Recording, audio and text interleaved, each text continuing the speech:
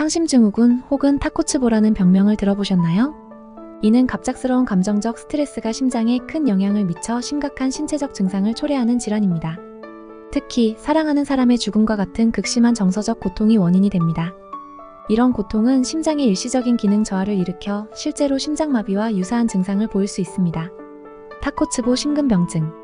상심증후군은 의학적으로 타코츠보 심근병증으로 알려져 있습니다. 타코츠보라는 이름은 일본에서 유래했으며 이는 일본어로 무너잡이 항아리를 뜻합니다. 이 병명은 상심증후군 환자의 좌심실이 스트레스로 인해 일시적으로 비대해져서 무너잡이 항아리 모양처럼 변하는 것에서 유래했습니다. 타코츠보 심근병증은 일반적으로 급성 심장마비와 유사한 증상을 보이지만 관상동맥에는 이상이 없는 경우가 많습니다. 가족을 잃은 후 상심증후군으로 인한 사례. 많은 사람들이 가족을 잃은 후 깊은 슬픔에 빠지게 되고 이로 인해 신체적으로도 큰 영향을 받을 수 있습니다. 실제로 상심증후군으로 인해 목숨을 잃는 경우도 있습니다.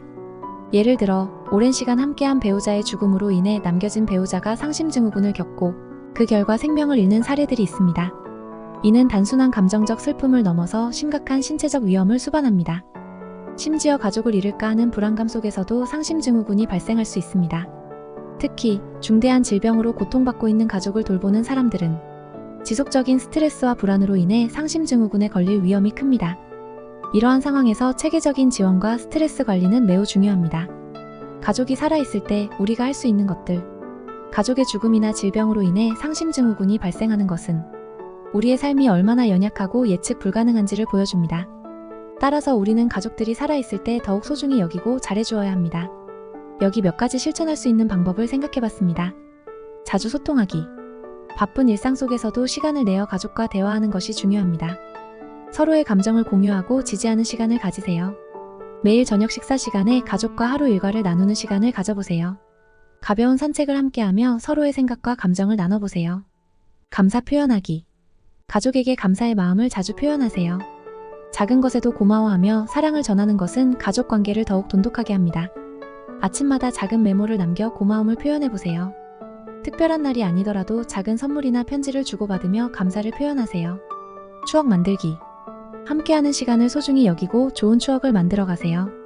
사진을 찍거나 여행을 가거나 소소한 일상을 함께 즐기는 것이 좋습니다. 가족 사진 앨범을 만들어 보세요. 주말마다 작은 여행이나 나들이를 계획해 보세요. 정서적 지원.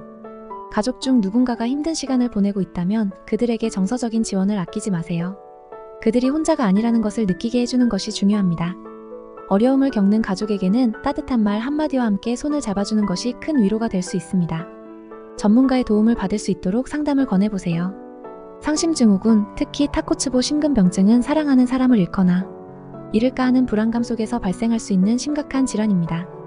이로 인해 목숨을 잃는 경우도 있을 만큼 중요한 문제입니다. 그래서 우리는 가족들이 살아있을 때 더 많이 사랑하고 이해하고 함께하는 시간을 보내야 합니다. 가족 간의 따뜻한 관계와 정서적 지지가 우리 모두의 마음과 몸을 건강하게 지켜줄 것입니다.